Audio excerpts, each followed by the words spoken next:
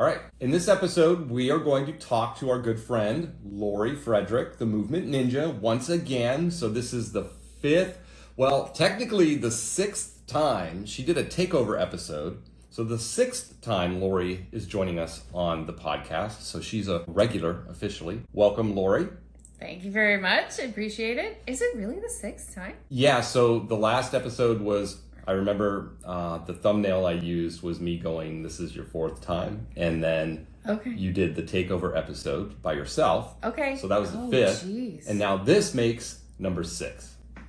So I don't know what that is officially, but I know what a hat trick is. I know it's three-peat, right? Hat trick. But like once you get beyond that, it's just, you're just a part of the show. Yeah. You're just there we go. part of I'll the take program. that. There you I'll go. Take that. So we are going to talk about some really cool stuff. We're going to talk about work conditioning, twisting. Should we twist? Should we not twist? Lifting and twisting. So what's exciting about this episode is that normally we are doing this remotely, right? But we're actually in person this time. Yes, actually. I've been working out. Have been working out. So I'm down here in Fort Myers. Yes. And your new base of operation. Right? Yes. The mothership. It is. It is home base headquarters for Balance Biomechanics now in Fort Myers, Florida. Yeah. And you still get back to Denver, or Colorado, I should say. You still have clients? Yes. Okay. Yes. So you will travel? Yes, we'll travel. Always still traveling and all the things, gearing all back up for that. I have been now. So back to normal, so to speak. And I asked you about this last time, and you were still working on it, and you've teased everybody about this, and that is your resource. It's coming. It's almost there. It's coming right now. Finally, in the 6th episode, the Fit Stop has officially launched and is rolling out. So it was really. I should have hired some people. Right? Anyway. It was hard, wasn't it? It was. It was a lot of time and effort. See, when I launched the community site, it was super easy because I literally just said, "This is my first post." You have this library. It's the volumes of material, handouts, instructional videos, short videos, longer videos.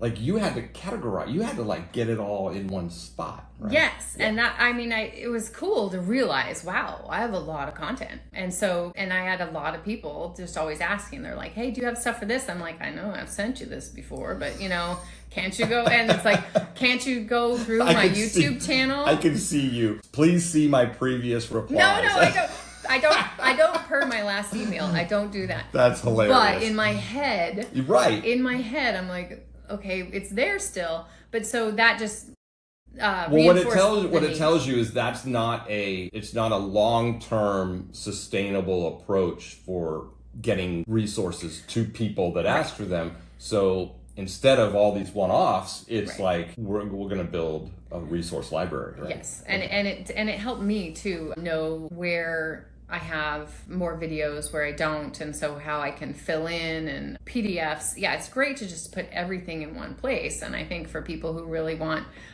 like to have regular safety content to put out, and then it will continue to build. And then I have new subcontractors and people that are going to help me with Fit Stop virtual appointments, that their content then will also be in the library. So it's just going to get bigger and bigger. I think you just said something that made me think about this. There's a huge benefit of like categorizing your stuff, virtually laying them out on a table and seeing. And so did you learn like, wow, I've done a lot of content around this particular activity or muscle group, and I don't have a whole lot of this other one? Well, yeah. And I mean, for kind of obvious reasons, hip problems. There's People a lot of hip problems, stuff, right? Well, just and selfishly me, I needed, it's what I do for my hip, and then that turned into other things. And yes, what people would complain about most on hips and knees. So it's there, but I think it's fairly well-rounded. I'm sure content that'll be really fun to look back on and giggle at. So doorbell. This is the home office life right here. Okay, so today we're going to follow up on something we kind of talked about or touched on, or I don't know, maybe we teased it, and it's a follow-up to your takeover episode. Yeah. The crappy lifts happen. Yes. And so here's the question. Lori, should we, and it's kind of a rhetorical question, but we're going to get into it. Should we be telling workers, don't twist? Ever. We'll start with ever. Should we teach them you have to be in a bubble? No, Okay. because that's just not realistic for most part. And it's not how the body was meant to move, and it's not how it was built. Okay. So when we say you walk up, and I know we were joking, we talked earlier. Yes, you're a robot. Walk up, take 2 steps forward, pick up box. We almost do step by step. Yeah, shuffle. Right. Yeah. It's like a dance move. Who does that? Dancers.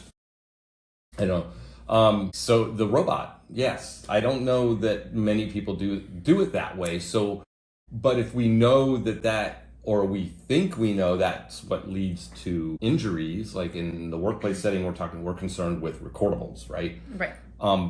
So how do we hold those two, like that's not how we're meant to move, and it's not natural, but yet we still have to think we have to control it. I think it's frustrating because you can't control people. Right, you can't control people. Yeah. I'm always going to go back to education. People need to understand how their bodies work and move.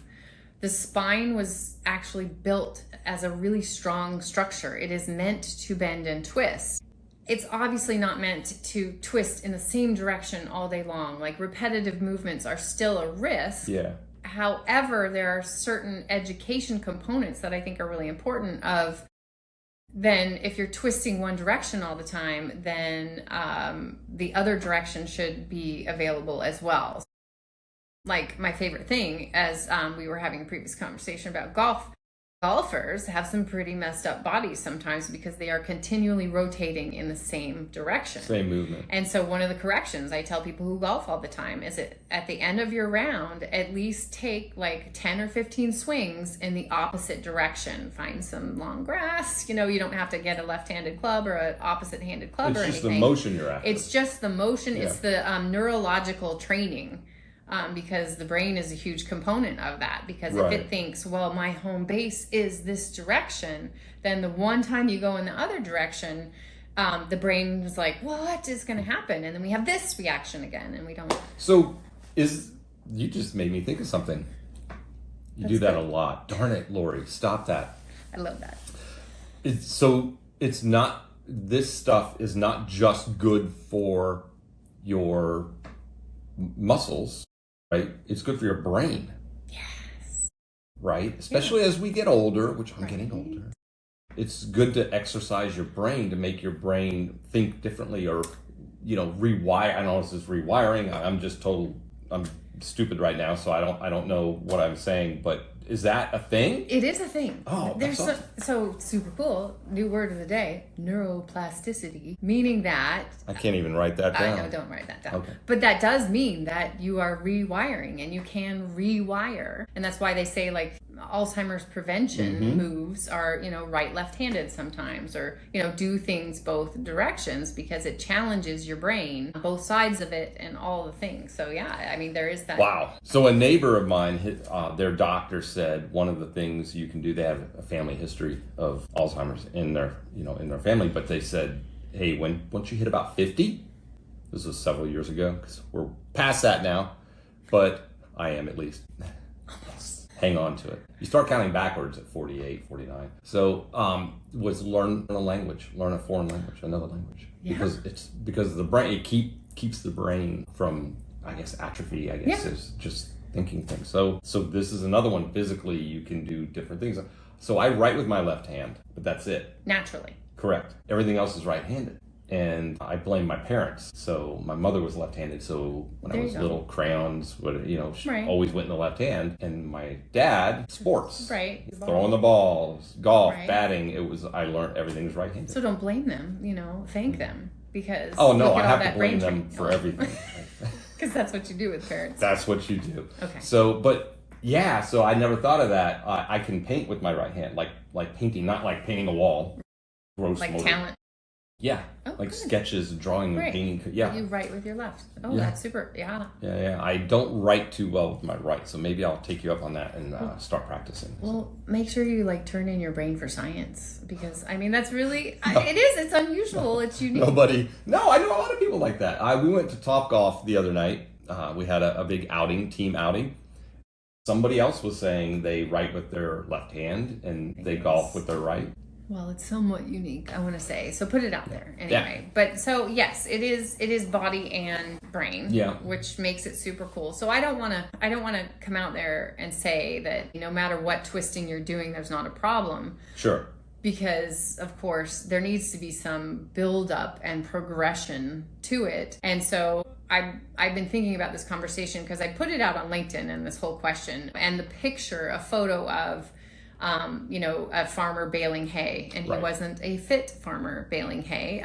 It just happened to be the photo that I found.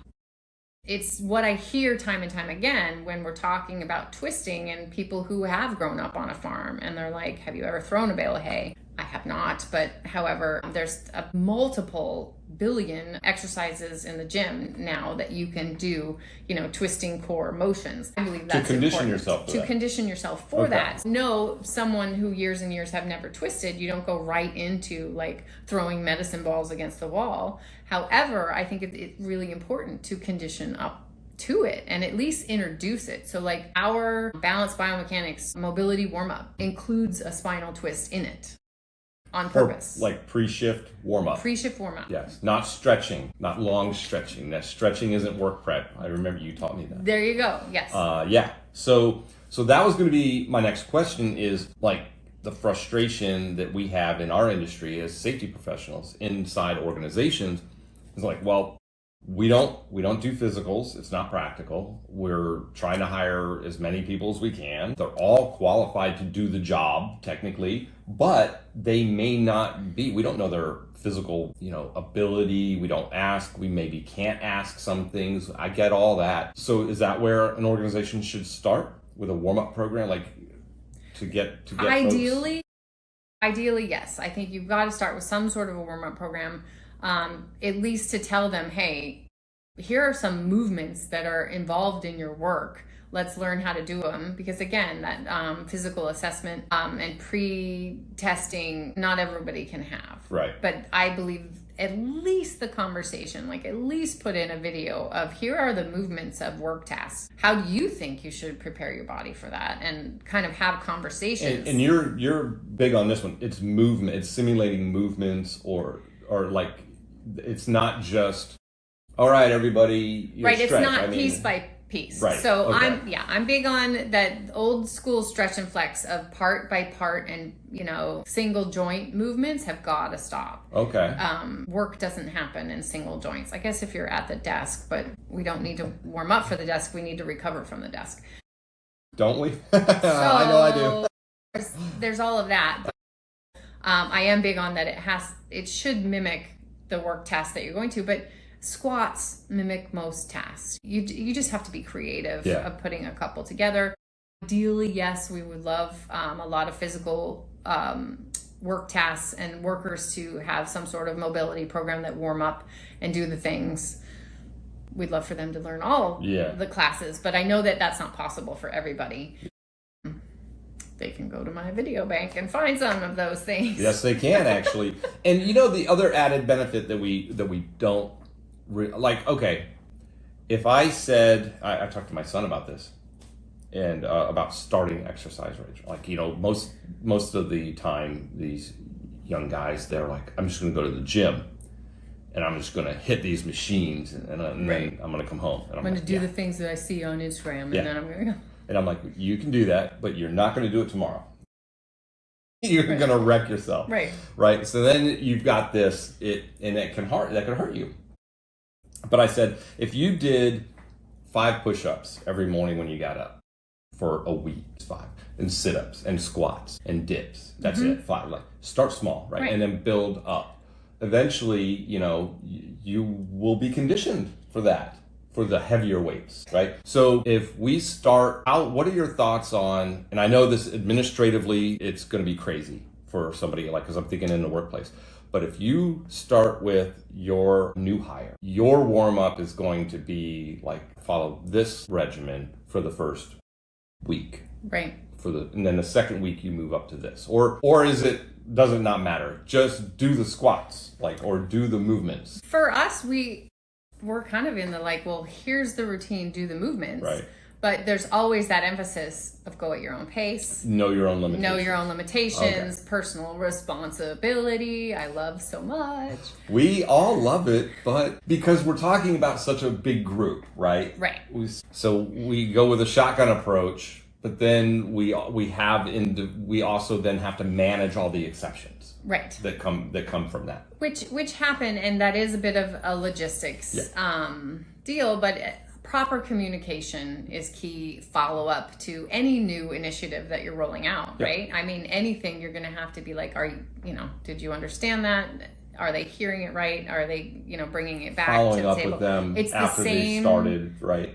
As any sort of safety initiative. Good. So it's the same process where here's the program, here's how to do it, and it's just repetitive. So we have a train the trainer program also, which took me a long time to have the trust to do. Just in my head, I'm like, okay, people leading, that's good to learn because then you're learning it more yourself. But so repetitive, right? We're spinal twisting on purpose. Go at your own pace, know your limits. But it's also a really great way to, if someone's starting out and they're not used to twisting and they're like, well, I just had a couple inches and then now I'm 3 months into this daily program and I'm like, oh, look at That's what I was going to hit on is the benefit on the backside, even though it is direct, but we don't think of it in this term, so I'm going to say it's an indirect benefit, is that you have workers now that are getting conditioned. Yes. So everyone wants to start with, well, the reason why we have injuries is because they're not conditioned. Well, let's get them conditioned. There. Yeah. Exactly.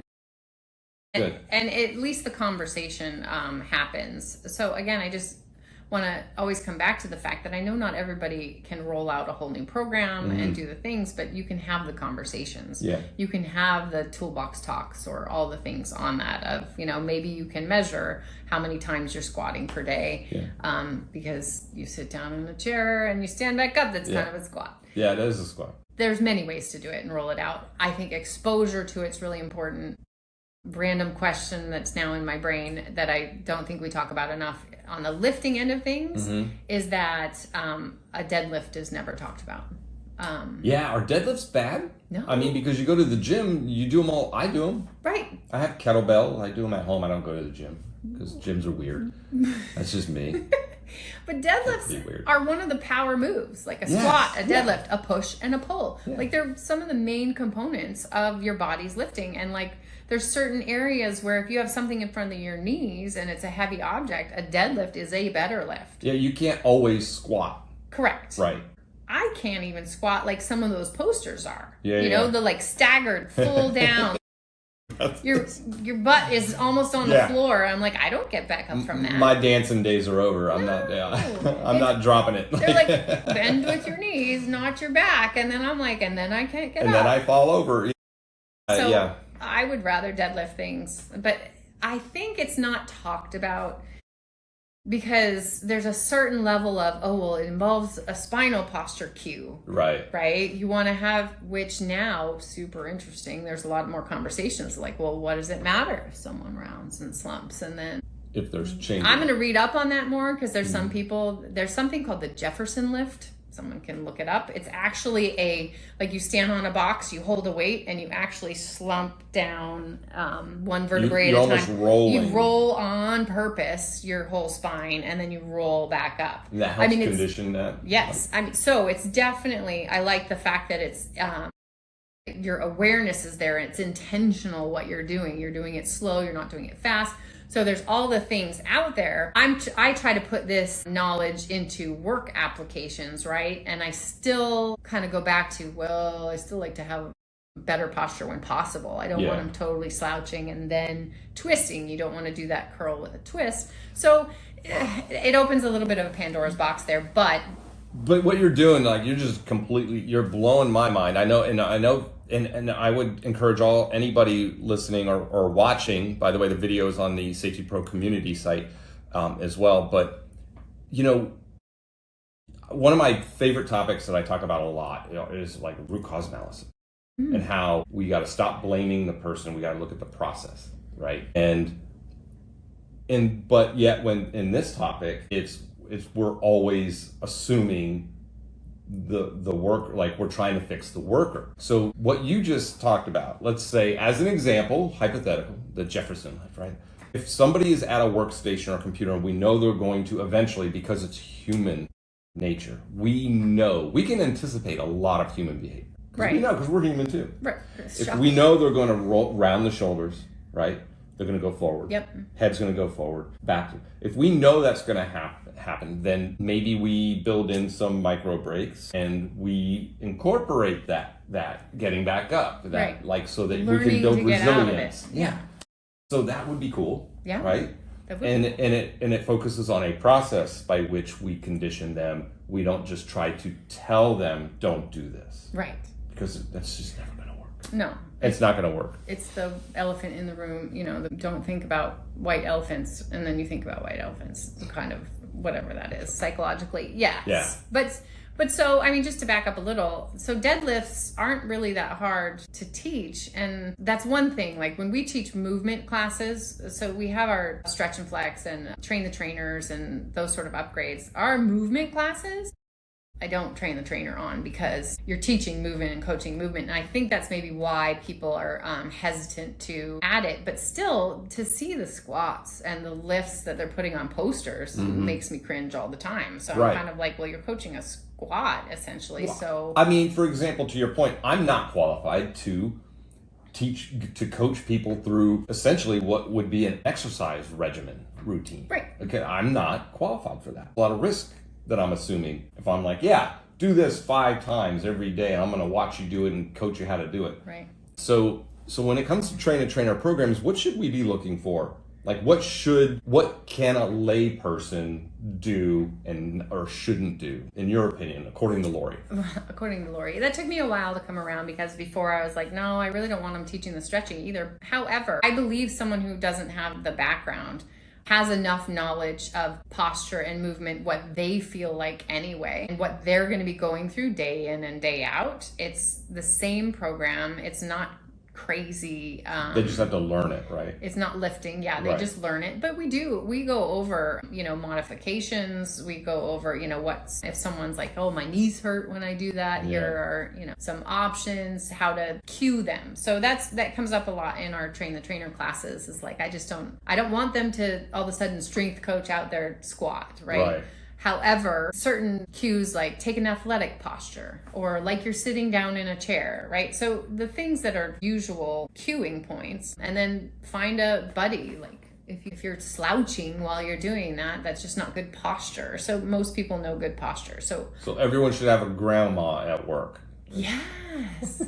Sit up straight. That's what my Nana would always say. Yeah, right? To do the things to where I do suggest occasionally, although HR does not like me for this, is that I believe you should have a buddy system and squirt guns. Squirt guns? Squirt people? Yeah. Well, I mean, there could be some safety issues with that if you're working around electrical equipment, maybe, or something like However, that. But I like it. I like where you're going. And then I'm like, well, maybe a rubber band or something like, ching. Right? Because it works with cats. You're slouching and you get squirted and you're like, oh shoot, I was supposed to stand up. It works with cats. Okay. All right, I love it. No, that's perfect. I love it. See, that's why I like you're always thinking. Yeah. Okay, so we talked about like twisting. So if I know that I'm going to be taking this object from this position to this position, and we've traditionally been taught I gotta shuffle, face it, pick it up, keep it close to me, shuffle. I don't twist and turn. Like I gotta point my toes in the direction first and then go. We know that once you smooth everything out, that's not happening. Right.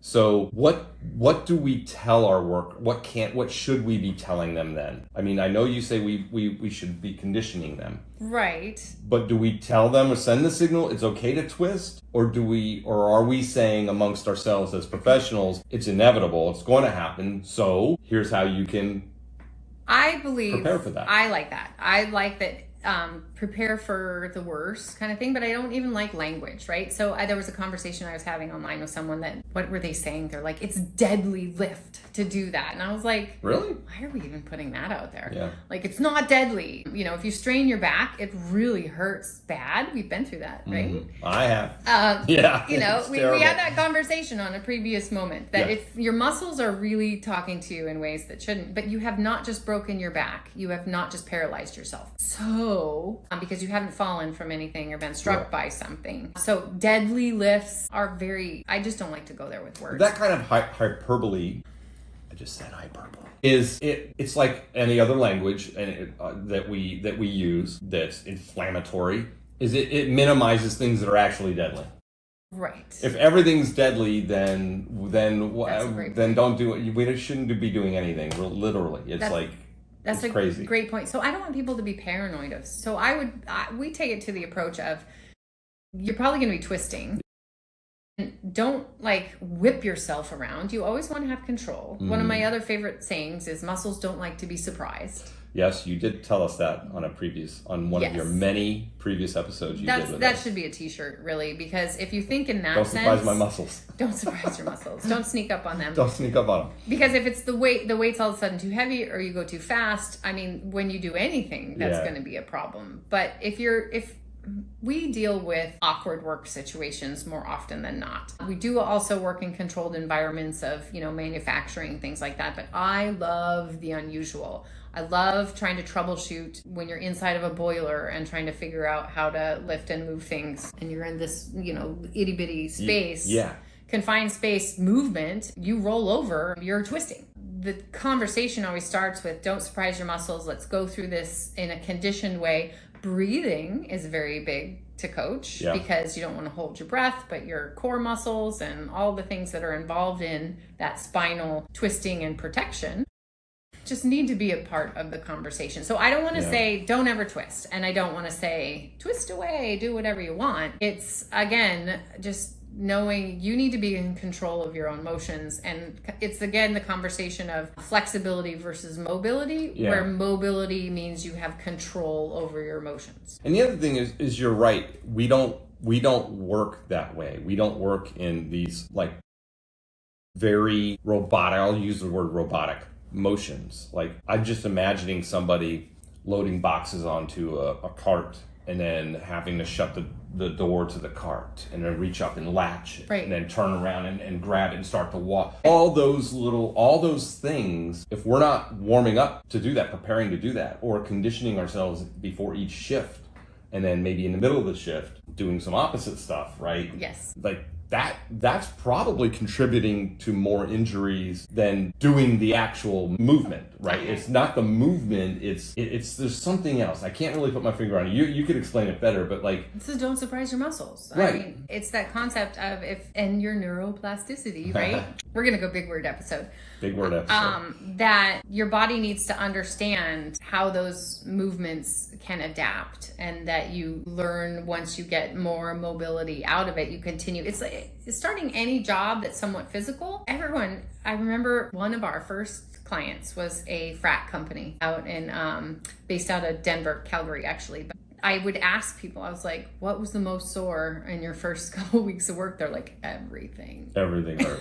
Everything hurt all the time. Yeah. And it's sort of this, I don't want to minimize that work because that's amazing work. Yes, it is. I recently started rollerblading again after because of your hip? 7-8 years. You looked at it for your hip? Well, yeah. I love to rollerblade. I hate to run. Really? Oh gosh, no. If you steal my tequila, I will run after you.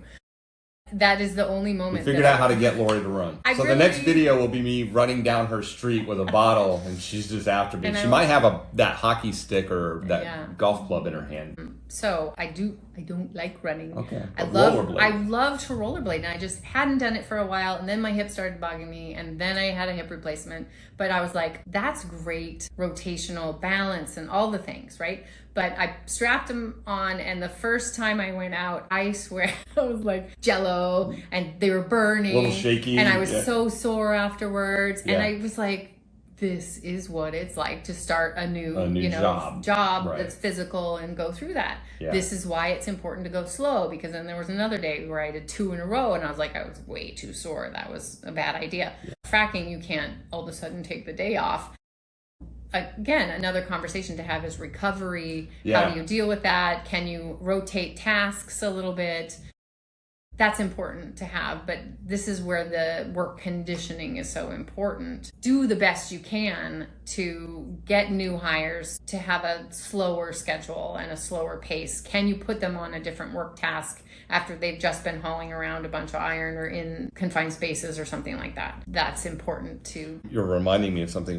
When I was in the fire department, first starting out going through basic, right? So I hadn't even started yet. And, you exercise, you work out because it's very physical demanding, and you're wearing the air pack and you're wearing the gear. And that was fine. You know what did it for me? Hose. When we did all the exercises, practicals with the hoses, pulling the hoses off the engine, putting on a shoulder and walking it out, overcoming that friction and the weight, and to flop that out, have the engine pull away, and we're like, right. And just rolling it back up and hooking them up. And then the next day, I was like, what did I do? Right, because you cannot simulate something. Yeah. You can condition to a point. Yeah. But that was none of the exercises and workouts I was doing either targeted or addressed those muscle groups or that posture, that motion, right. That movement. I just started doing it, and man, I almost couldn't make it the next day. And so much of that, think about it, is 3-dimensional movement. Yeah. You're turning and hauling, you're not just turning. You're turning and reaching and pulling back and right. And then adjustments, those quick little I still have to have it on my shoulder, and all the things that you just need to do to learn.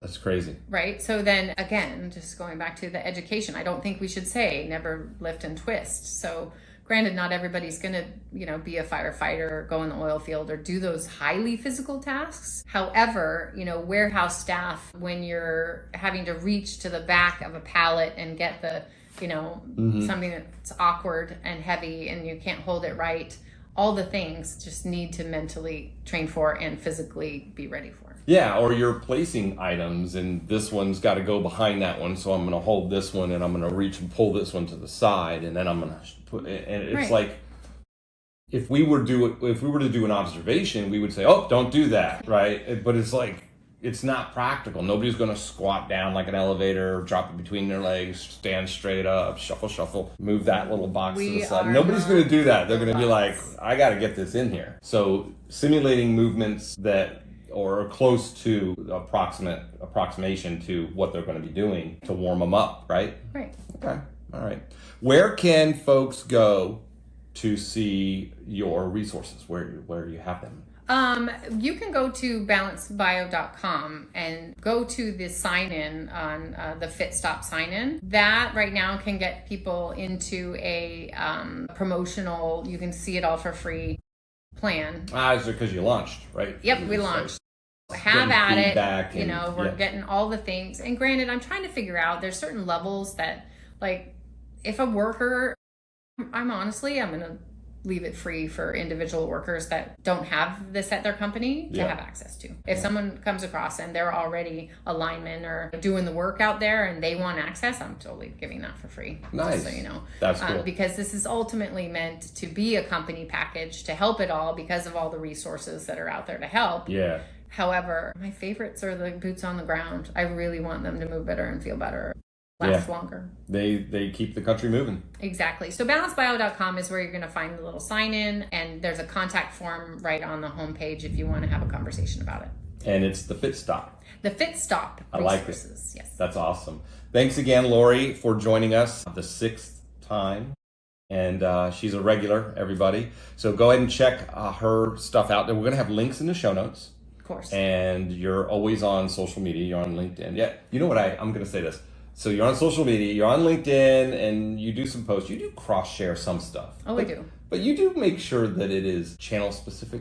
I do try to talk to certain audiences on some things, for sure. Because you also do these videos on TikTok, right? Oh, I do. And Yes, TikTok's way more casual. Instagram and Yes. stuff, but they're funny but they're still relevant. You're still addressing some of these common issues. Well, and it's just life that happens along the way. So yeah, all my adventures in rollerblading is on my TikTok and my Instagram stories. The when you were packing, it's like, it's good to hear that though, because well, you move too, Yeah. right? And you're, because of what you do for a living and this education and expertise that you have, but you also are a person. You had to pack your whole house up and move, so you have something to share with us. Also, getting older person. And it's that okay, would be me. right? That would be me. All right. So, what else? There was something else I was going to say, and now I can't remember what it was, because there's just always so much. We'll wait here in dead silence. That we talk. Because everybody listening and watching loves that, especially with audio podcasts. Silence. That's is why always we had good. editing. That's right. We do have editing, and I think it was along the lines of the TikTok videos, and there was something I wanted to point out. Oh, you drag your family into some of these. The one of my son in the balance? Yes. Oh my gosh, yes. That's going to be a whole new episode, just so you know. That's got to be coming. Okay. Because I've gotten so much response from the old man test is what it started out with. I think it started on TikTok. The old man test of, can you stand on one foot, pick up a sock, put it on, pick up a shoe, and vice versa. And I love balance stuff. I'm good at it because I was a gymnast, but I think it's super, super important to have. And then I was like, oh, let me try my 12-year-old son. See, I noticed, because he wanted to try it, and his balance sucked. But you had a point to make about, like, in their development, their whatever phase of development they're in, right? Yes. You start from where you are, right? Correct. You manage from where you are. And how they're growing so fast, they have to adapt quicker. So this is why it's a cool other episode, just how the brain adapts and how the brain is also involved a lot. See, we always end up with the next episode topic whenever we get together. That's funny. I had a family friend who talked about getting older, had issues with balance, falling over. Falling when you're older. You touched on this too, by the way. Talked about getting up off the floor. Yeah, that's right. Yes. Squat more for tacos. You did that video. So she had issues with that. She went to where I live, we have a balance center, like a center for balance and studies and yes. So people think immediately like, we're going to work on, you're going to do these exercises, you're going to do these things to help you with your balance. It was her eyes. Yeah. She had she was developing a vision problem, and she would walk and eventually go sideways. That's huge. They corrected it, and she's walking the dog. She's getting around. Get help. Talk to somebody, right? Yes. That specializes in this, because she would have never found that out. There's a huge resource on all of that stuff. Yeah. Z Health. Oh, okay. Z Health does amazing, cool things with neurological exercises and all the things. Good. From like push the tongue on the top of your mouth, Move your mouth as you're standing on one leg and see if that helps you. And then cover up one eye, look up, Wait go a minute. there. Press the tongue on the roof of your. I thought that was for brain freeze. It's that too, right? Oh, okay. You can get it for both. You can get it for both. All right. So eat your ice cream on one foot. Eat your ice cream on one foot. I don't know if I want to do that. I'll try it though, and I won't put it on the TikToks. I'll just send it to you. Okay, fine. And I will put it on. You'll put it on TikTok. Okay. Well, that's the fun we have, right, Lori? So we've got our next topic. Yes. We've got resources. I'll put links to Z-Wave. Z Health. Z Health. Z-Wave. I said Z-Wave. You know what Z-Wave is? No. It's the technology for Internet of Things, how certain devices connect to the internet. They use Z-Wave technology. Oh, that's fancy. That's how stupid, ridiculous I am with this stuff. That's just geeky. That is totally nerd thing to come up with. So We all have Z Health. Z Health and balancebio.com. Yes. And I get all the fun video in the members area because I think I talk with my hands way too much. But that's what we love. And we didn't hit the table a single time when we did this recording. So awesome. Good job. And we're going to go pet the dogs. Yes. Again, because I think they're going through withdrawal right now. I'm sure they're right outside the door. That's right. All right. Thanks again for joining us.